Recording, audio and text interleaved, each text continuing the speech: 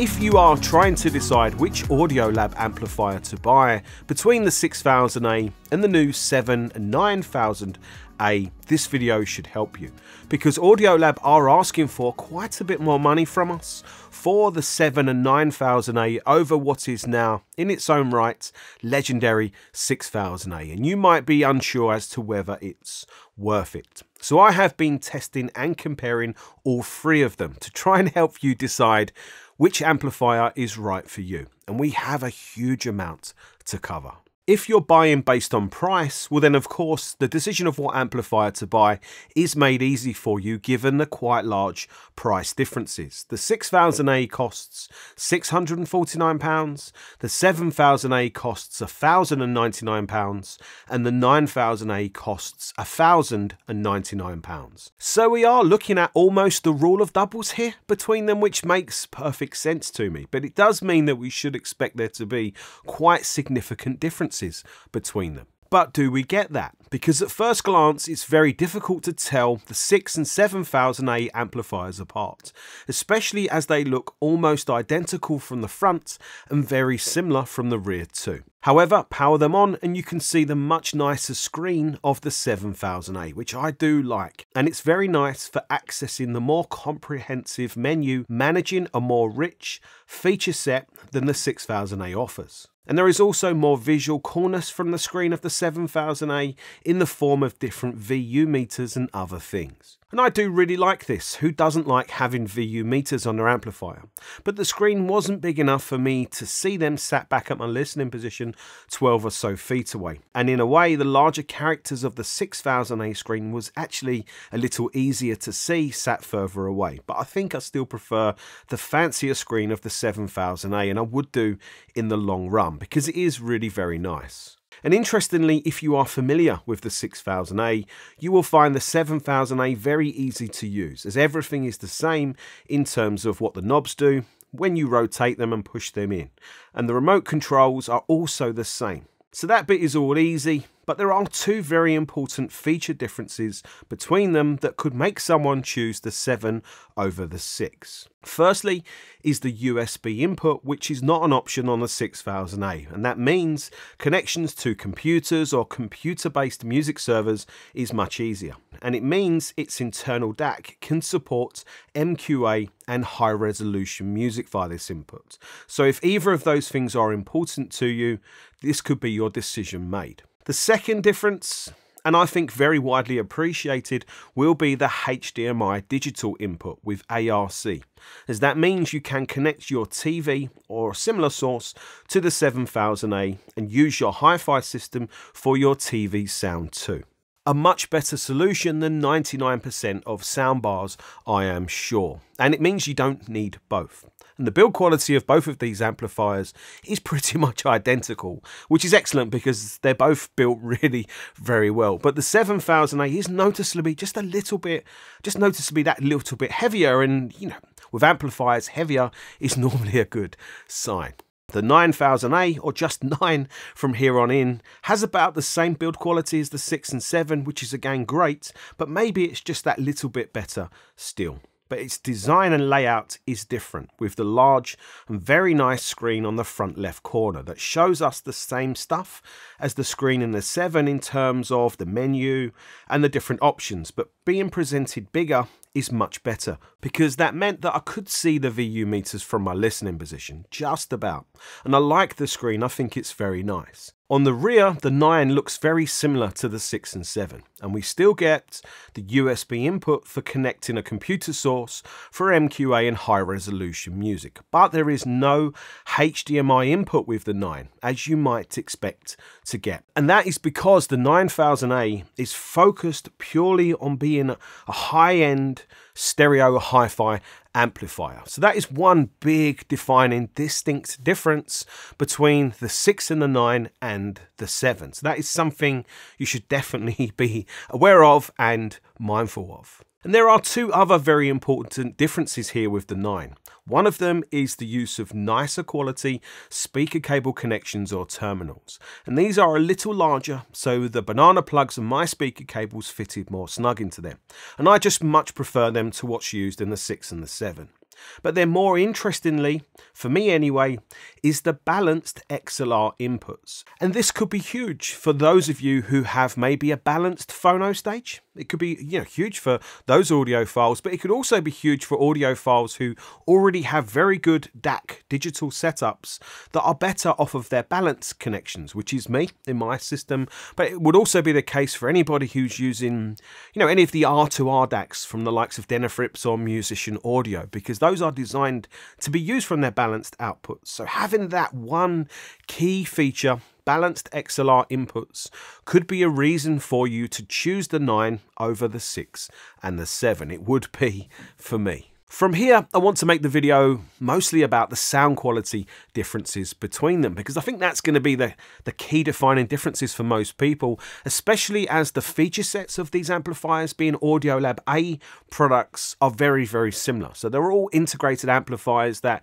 you can use just as a preamplifier if you want, or just as a power amplifier if you want to. But they're all integrated amplifiers that feature built-in DACs and built-in phono stages. Now, I know some of you will want to use them for all of that for their entirety, but I'm pretty sure some of you won't. You might want to use them just as integrated amplifiers. So I'm going to try and separate this all out to try and help each person, I suppose, individually. And I'm going to start by looking at and comparing them purely as integrated amplifiers. So not using their DACs and not using their built-in phono stages.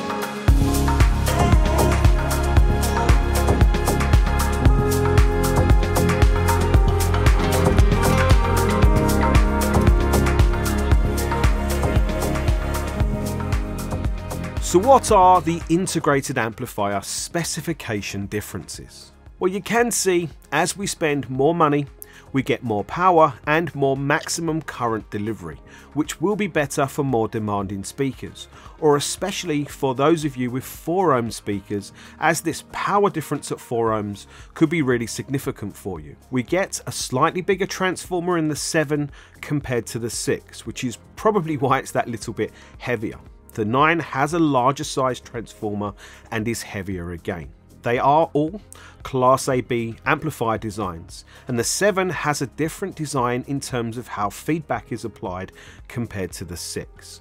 For me, the more interesting difference is with the 9, as it's a dual mono Class AB design with a different feedback circuit again called triple cascade. The Audiolab say offers improved linearity at higher loads, so again, better for more demanding speakers. But what do these integrated amplifiers sound like, and how do they compare to each other? Well, it's been a long time since I've spent any time with an Audiolab 7000A, so I started there because I needed a very big refresher. And I was very pleasantly surprised. The 7000A is a much better amp than I remembered. It sounds clean and clear, with an organised, open soundstage that's nice and precise without sounding analytical. And there is nice tone and warmth to the sound, with good timing and a soundstage that's nicely 3-dimensional. The bass is tight and quite punchy, and the treble is not the most resolving or clear, but it's smooth. And you know what? Listening to the Audiolab 7000A through the Mission 770s purely as an integrated amplifier is pretty much all you need for great sounding music. But all you need is not necessarily the same thing as all you want, and I think there is, a clear, distinct difference there. But I must say, I'm super impressed actually with how good the 7000A is at its price point. But my criticisms of the 6 would be that it's a very, very polite sound. So it is always smooth, always easygoing, but always quite level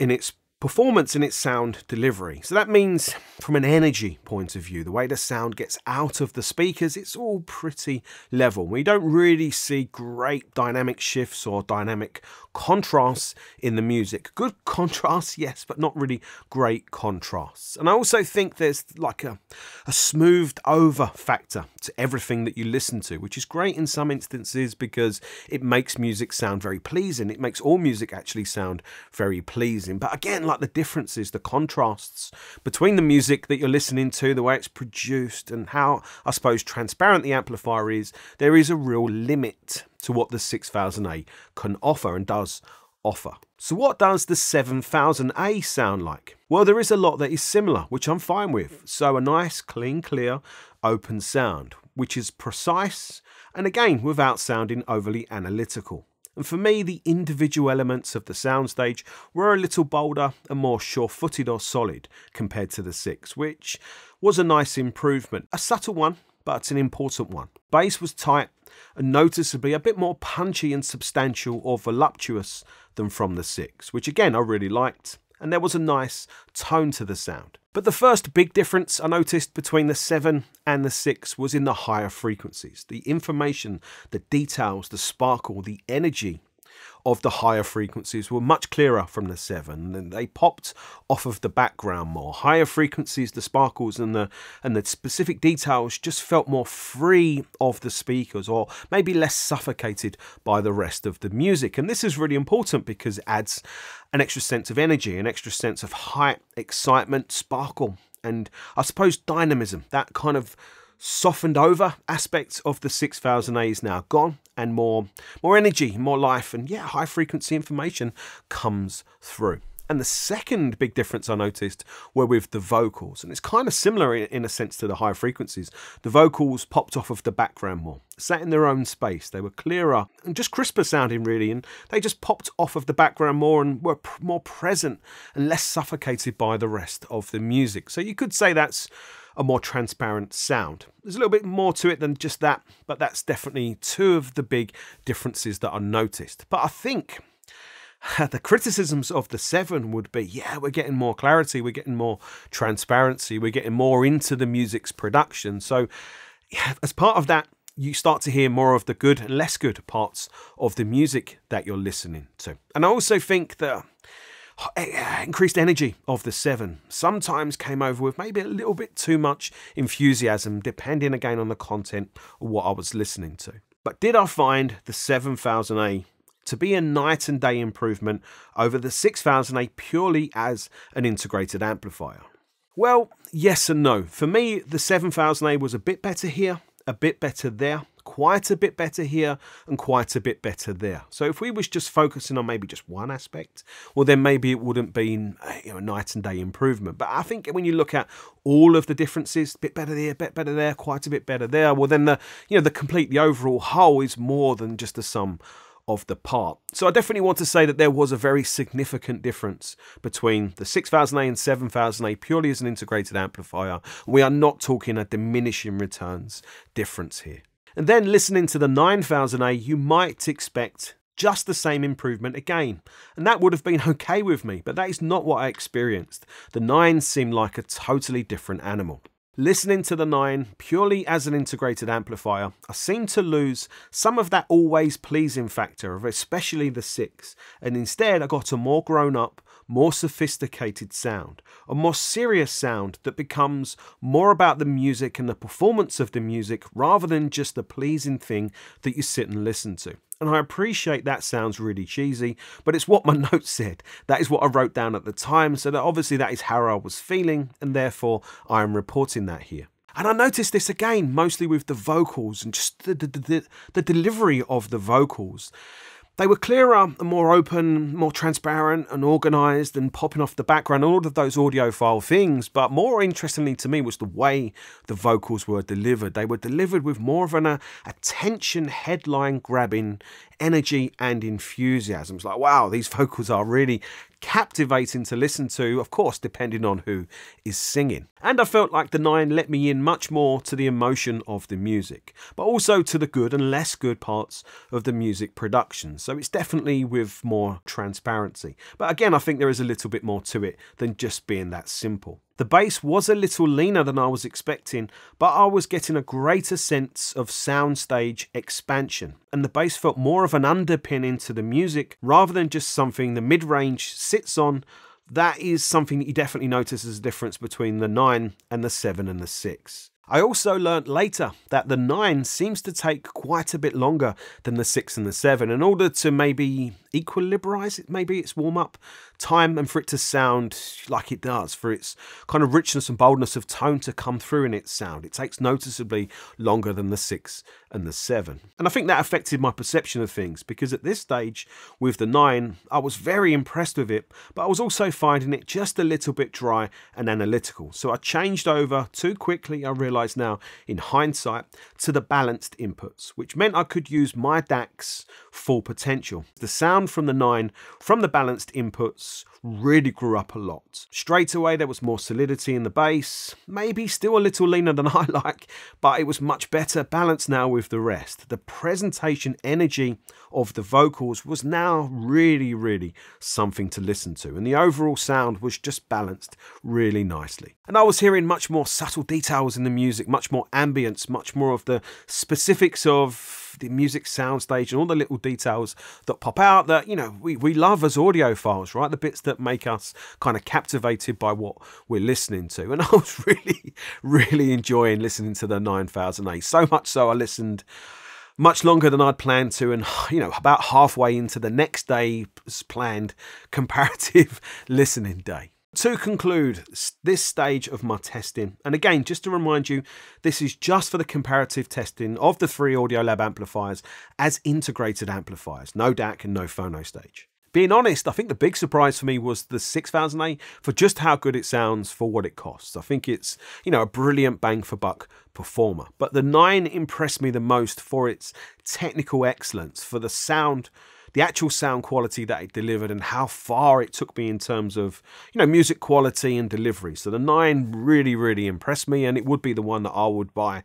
from this listening test. But looking at it really with my head on rather than my heart, the 7000A really delivered probably the best performance per pound from these 3, really, when I kind of think about it. So yeah, it's like a nice even spread, kind of the amplifiers sitting exactly where you would expect them to be for their performance against their price, with a significant difference between all 3 of them. And I just want to stress that, again, the 9000A would be the one that I would buy from these 3 from these listening tests. So next I was going to test them for their entirety, for using them with their DACs and their built-in phono stages. And of course you would expect this to be exactly the same, right?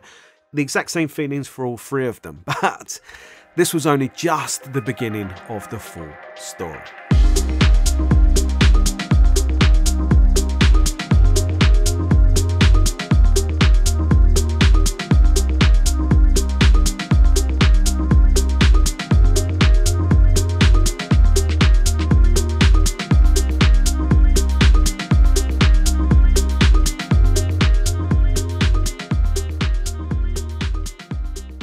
Let's look at the digital specification differences. With the 9000A, you get an ESS Sabre 9038 Pro DAC chip, which is one of ESS's top of the range chips, but it's not the very top, but it's still an 8-channel 32-bit DAC with very good specs when used for 2-channel. The 7000A gets a chip from the same ESS 9038 range, but it's not as good with not as good specs. But both the 7 and 9 offer more DAC sound mode options and also music upsampling. The 6000A has a lesser quality spec DAC chip, as you would expect for the price difference, with less sound mode options and no upsampling. The 7 and 9 also have a different single stage Class A post DAC filter, whereas the 6000A has a 2-stage filter, so I assume less is more here. And there are some Bluetooth spec differences between them, with the 9 offering the highest quality of the 3 with Bluetooth 5.1 with LDAC. But being honest, Bluetooth is not really something that I'm interested in and didn't test, but these are important differences to take note of if you do use Bluetooth a lot. All 3 amplifiers have moving magnet phono stages, and these are all at the same set value levels, and there are no adjustment controls for the phono stage. Both the 7 and 9 use a low noise BJT phono stage, which is said to be improved over the JFET phono stage built into the 6000A.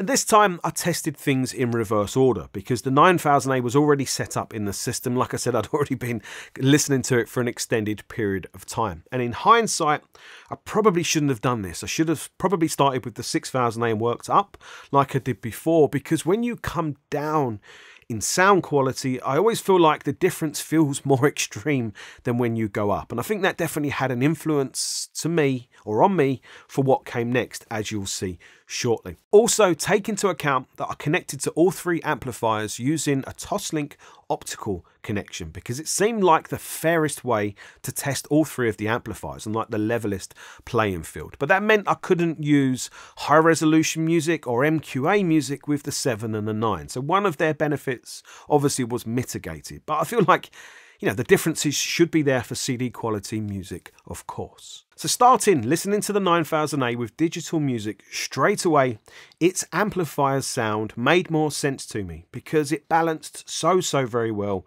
with the digital side of the amplifier. Now the 9 sounded like the bigger brother to the 6 and 7 because there was just more of that Audiolab sound in common. Being honest, I was not getting as much musical insight or as much outright clarity as from my reference DAC setup, but that costs over 10 times what the 9000A does. But I think I should be honest about this. But I found the balance of sound from the 9 with the Mission 770 using the built-in DAC was absolutely spot on. The boldness and richness of tone I want from an Audiolab amplifier was now there in abundance. Vocals, while not as resolved and crisp as from my reference DAC setup, were resolved and crisp enough. And this created a sound that was super enjoyable and very engaging. And the bass was now bolder too, a little bit more bloomed, but not too much. And I don't mind that sound trait anyway. And this was a listen to me all day, very happy, lively, rich, engaging sound across all music styles, with that lovely Audiolab forgiveness to the music's production quality. And I wrote down in my notes for this sound, Audiolab excellence, which sounds really cheesy, but again, that is just how I was feeling listening to music at the time. It's really impressive. I really like the 9000A a lot, but of course I could nitpick its sound. I could say that its treble was maybe a little bit too polite, and it was back to that kind of always pleasing kind of sound that you get from the 6000A, but not really like that on a much higher level. And you know what, I really don't mind that, because again, it makes all music styles extremely pleasing to listen to. But with the 9000A, you get much more energy, boldness, richness, excitement, soundstage dimensionality, better bass control, so many significant improvements over the 6 and of course the 7 too. Next up was the 7000A using its built-in DAC. And I need to be honest here, the step down from the 9 to the 7 seemed massive to me. It was much bigger than I expected. I wasn't sure quite how to take this. Was it just that the 9 was so good and it was maybe over exaggerating the difference, or was there something else to it? There was less bass, less well-controlled bass. There was a lot less refinement to the overall sound. And by that I mean that the edges of the music was just rougher. The vocals were just a little bit too hollow for me, and the sound was a little bit too hollow for me. And I was finding, because of that, the upper vocal energy and that liveliness that I mentioned before about the 7 was still there. The energy and the way the music gets out of the speaker was still there, but because the boldness wasn't there to match, I was finding upper vocals were just being a bit too pushed in the overall soundstage. And again, it just, the balance of sound just wasn't really there for me. So I switched over to the 6000A, and the good old 6000A sound was there. Infinitely smooth, easy going, very safe sound, but very level sound. I think I just preferred the balance of sound from the 6000A, even though not as good in lots of areas. Just the overall sound I just preferred from the 6000A to the 7000A, and I put the 7000 back in again just to test and just to confirm and just to make sure I hadn't made any mistakes. And yeah, that sound was there. So it's a key. A big difference here between the 6 and the 7 using the built-in DACs. The 7's better in so many ways, but its balance, I just wasn't feeling it, and I couldn't really put my finger on why.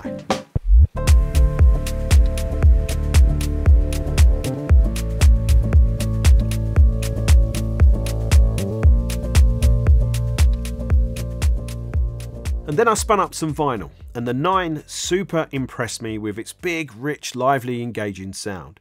Very much akin to the sound from using the internal DAC, but of course not the same, but at the same kind of quality level. And I would be very, very happy to listen to records all day using the 9's phono stage. The 6 sounded like the 6 for vinyl, pleasing and smooth, nothing more, nothing less. The 7 sounded very much closer to the 9 from its built-in phono stage, which impressed me a lot, but without the same boldness, refinement and richness that we get from the 9. So in a way similar to the digital presentation from the 7, but I think I preferred the 7's overall tonal and sound balance playing vinyl than I did playing digital music.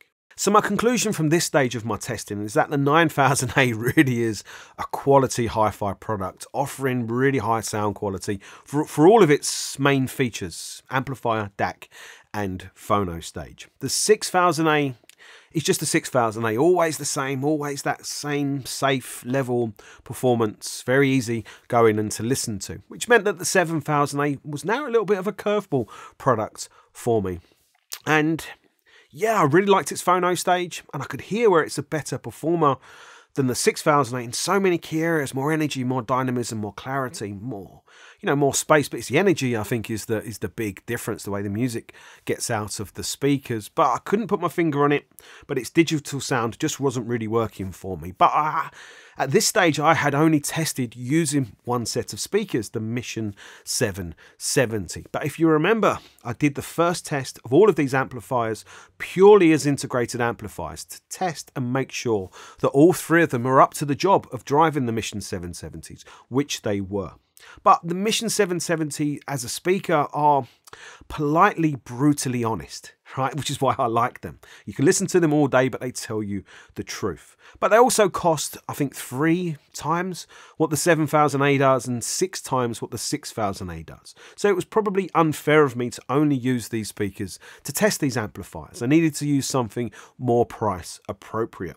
So I changed the Mission 770 to the Mission 700, which I think £1,299 you would say is about price appropriate for the 7000A. And the 700, in terms of their overall tonal character, they are very similar to the Mission 770. So of course it was an easy change for me, and I really like them just as much as I do the 770, but they're not as transparent. They've got a bit of a bolder, more thick type of sound. So they're a bit more forgiving and maybe a little bit easier to drive, I'm not sure, than the 770. So they were really good speakers to test next. So I started with the Audiolab 7000A, and this combination straight away made much more sense to me, because the Audiolab sound that I was expecting was back. There was now more boldness and richness to everything, and especially to the vocals. The bass was more bloomed, yes, but much better balanced with everything else. So the lively, energetic,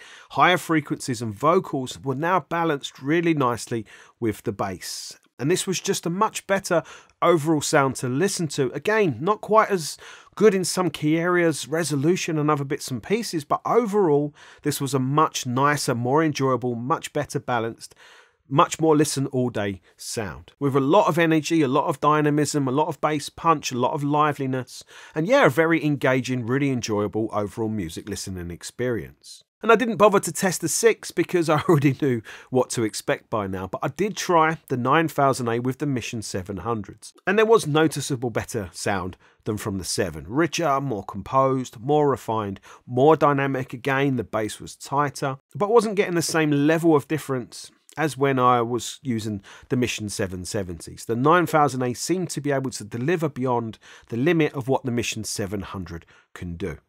And I had planned to test more speakers, but really by now I felt I'd learned enough about the differences between the Audiolab 6, 7 and 9000A to be able to make some informed conclusions. The Audiolab 6000A, I think, is perfect for what it's looking to offer. That doesn't mean it's perfect as a product, but perfect in terms of what it's looking to offer. It's level, easygoing, very flexible, very, use it with any type of speaker sound. It's always level, it's always consistent, it's always pleasing, it's always enjoyable. And yeah, I think for the money it offers outstanding bang for buck, which is probably why it's been so popular, sold so many, and probably lots of people watching this video have owned one, or maybe have got one or are considering one. It's an excellent product. I can't fault it really in any way for what it costs. But when you do a comparison, when you listen to something like the 9000A, which is Audiolab Excellence, it's an excellent integrated amplifier. Again, for the money, but just excellent integrated amplifier in its entirety. It offers so much more in performance, in the dynamism, in the quality of the sound, richness and boldness. And yeah, just the way music is presented, it's a very, very big step up over the 6000A. But it's interesting that there are some similarities there still, especially if you're using the built-in DAC. That easygoing character of the 6000A is there with the 9000A, which is going to make it very flexible and very usable with a very wide selection of reasonable demand or even quite high demand speakers. And that is where you'll see a big difference. If you're stepping up in the speaker quality, you'll see a big difference, a very big difference between the 6 and the 9. But it's the 7000A that's been a little bit of the curveball for me, because I've had, the experiences I've had with it have been really very interesting. And for me, it's the 7000A is like really, I suppose, the perfect kind of middle child, is it? Where it's trying to punch above its weight. It's trying to offer, more for its price point, a lively, energetic sound, more energy, more dynamism to the music. And it does that really well. And I think so long as you're using it with the right type of speakers, well, then you're going to hear and get those benefits. And I'm sure at its price point, Audiolab are trying to push what is possible from that around the £1,000 price point. And it does that, but I think it just has a limit. You can hear its limit when you compare to something like the 9000A. Really, it's that comparison which has made this, so clear to me. And it's unfair, really, of course. The price difference is massive. So the 7000A, I think for its price, is offering more than the 6, obviously, in terms of sound quality in lots of key areas. But I do think its sound character makes it a little bit more of a fussy amplifier you'll need to use with a certain type of speaker. Now, I can think of lots of speakers that I've reviewed in the past in some of my speaker group tests that could do with that extra energy, that little kick up the arse type of sound, to get more out of them, more life, more energy, more information out of them. So I'm sure the 7000A will work with a lot of speakers, lots of speakers to a certain price point. But I think some that are a bit more edgy sounding, it might not be the right amplifier for those, and that could be where the 6 or definitely the 9 would be the better choice. But I do want to say that all of these 3 integrated amplifiers, purely as integrated amplifiers, massively exceeded my expectations. So if that's all you're looking to use them for, well, then you can feel confident they're going to be really pushing good sound for their price points. I have to say it's the 9000A that's really done a number on me in terms of how it sounds, the way it works, the way it looks. But really, it's the sound that's got me. That lovely Audiolab easygoing factor with so much more quality to it. Yeah, it's really the one that's stood out to me. And it is the one that I would buy from all 3. And it's the one I'm going to try and hang on to for as long as possible. And I think for its quality, I've even been using it to power and drive the Sonos Faber Serafino £22,000 speakers that you can see sat there behind me. That is exceptional for a sub £2,000 integrated amplifier. It's been doing a great job on these speakers. That is how good the 9000A is. The 6000A, as I've said many times, is perfect for what it is. It's always going to give you really good, easygoing, very enjoyable, very listenable music. And in a lot of ways, it's all you really need. But I think it's important to know that it can only take you so far in terms of clarity and dynamics and all of these really important, things that us audiophiles enjoy. But that might be far enough for you. And if you own a 6000A, I wouldn't be upset. It's a really nice sounding, really good amplifier. But should you buy the 7 over the 6? This is the interesting question. I think yes, if you have good speakers. Yes, if you have a good DAC setup maybe already. I think yes, if you listen to a lot of vinyl, definitely yes. I think yes, if you want to listen to MQA and high resolution music straight from the amplifier, definitely yes. If you want to connect HDMI and use ARC for your TV sound, no brainers. I think yes. If you like the screen, if you prefer the screen, yes. If you want a clearer, more lively, more energetic, clear, dynamic sound than the 6 will ever give you, well then definitely yes. So I think there are a whole number of reasons why you might choose the 7000A over the 6000A, and therefore it will easily justify its, price difference. So I hope, this very, very long video has been helpful to you to try and whittle out the differences and find the right amplifier for you. If you've enjoyed the video, please hit the thumbs up button and subscribe to the Pursuit of Perfect System YouTube channel for lots more videos like this.